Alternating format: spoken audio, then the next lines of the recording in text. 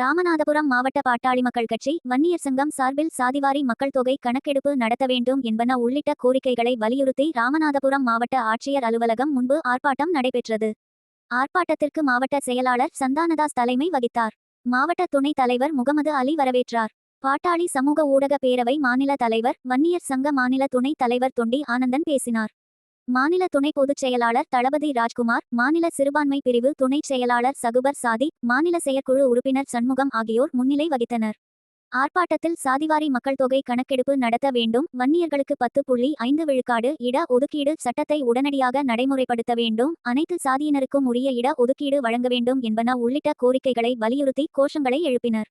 ஆர்ப்பாட்டத்தில் கிழக்கு மாவட்ட தலைவர் வெங்கடேசன், முன்னாள் மாவட்ட செயலாளர் தங்கராஜ், மாவட்ட அமைப்பு தலைவர் ராஜேந்திரன், முதுகுளத்தூர் ஒன்றிய செயலாளர் பாலமுருகன், மாவட்ட துணைச் செயலாளர் ராஜேந்திரன், மாவட்ட அமைப்பு செயலாளர் பாண்டி, திருவாடானை ஒன்றிய செயலாளர் மோகன்ராஜ், ராமநாதபுரம் ஒன்றிய செயலாளர் சந்திரன், மாவட்ட துணை செயலாளர் கலந்தர் ராசிக், திருவாடானை ஒன்றிய தலைவர் முத்தையா, ராமநாதபுரம் நகர் துணைச் செயலாளர் கண்ணன், முகமது அலி, கீழக்கரை நகர் செயலாளர் திருஞானம் உள்பட பலர் கலந்து கொண்டனர்.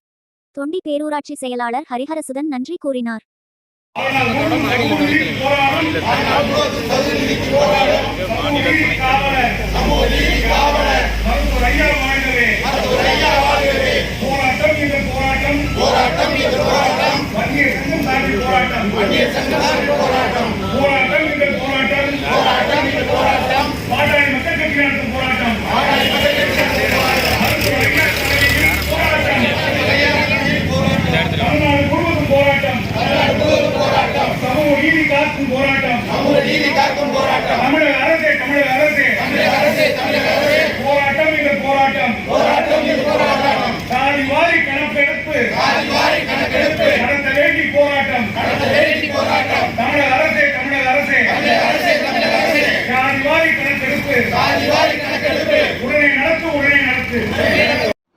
இது போன்ற பல செய்திகளை உடனுக்குடன் தெரிந்து கொள்ள சப்ஸ்கிரைப் பண்ணுங்க. மறக்காம பெல் பட்டனையும் பிரஸ் பண்ணுங்க.